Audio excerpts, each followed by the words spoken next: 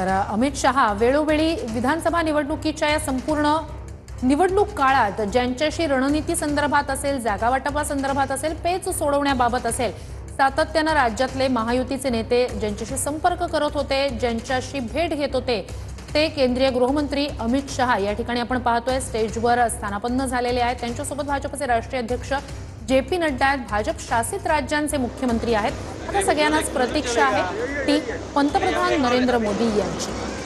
नरेंद्र मोदी यांचं हे हेलिकॉप्टर आपण पाहतो आहोत। नरेंद्र मोदी हे देखील आता मुंबईत काही क्षणामध्येच दाखल होत आहेत। आझाद मैदानावर देखील ते काही वेळातच पोहोचतील आणि नरेंद्र मोदी हे उपस्थित झाल्यानंतर लगेचच हा शपथविधी सोहळा पार पडेल। आजचा दिवस भाजपसाठी अत्यंत महत्त्वाचा आहे। महायुती 2.0 म्हणजे महायुतीचं सरकार राज्यात पुन्हा एकदा आता विराजमान होणार आहे आणि मुख्यमंत्री म्हणून शपथ घेणार आहेत देवेंद्र फडणवीस। त्यामुळेच भाजप शासित राज्यांचे मुख्यमंत्री, केंद्रीय मंत्री हे या शपथविधी सोहळ्यासाठी उपस्थित आहेत।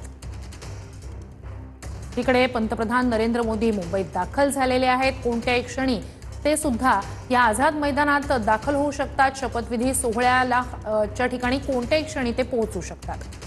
तर ही दोन्ही दृश्य आपण पाहतो। एकीकडे व्यासपीठावर अनेक दिग्गज नेते मान्यवर उपस्थित आहेत, त्यामध्ये अमित शहा, जे.पी. नड्डा हे देखील पाहायला मिळत आहेत। तर दुसरीकडे आपण पाहतोय की अनेक मान्यवर, विविध क्षेत्रातील VIP लोक आता या सोहळ्यासाठी पोहोचलेले आहेत आणि आता प्रतीक्षा आहे ती केवळ पंतप्रधान नरेंद्र मोदी यांची।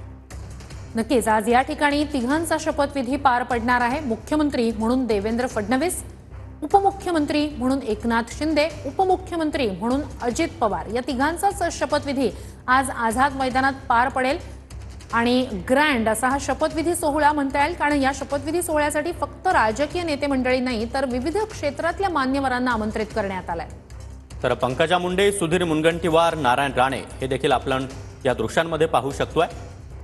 या ठिकाणी आपल्याला सगळेच महत्त्वाचे नेते राम नाईक या ठिकाणी आपल्याला पाहता येत आहेत। सोबतच अंबानी कुटुंब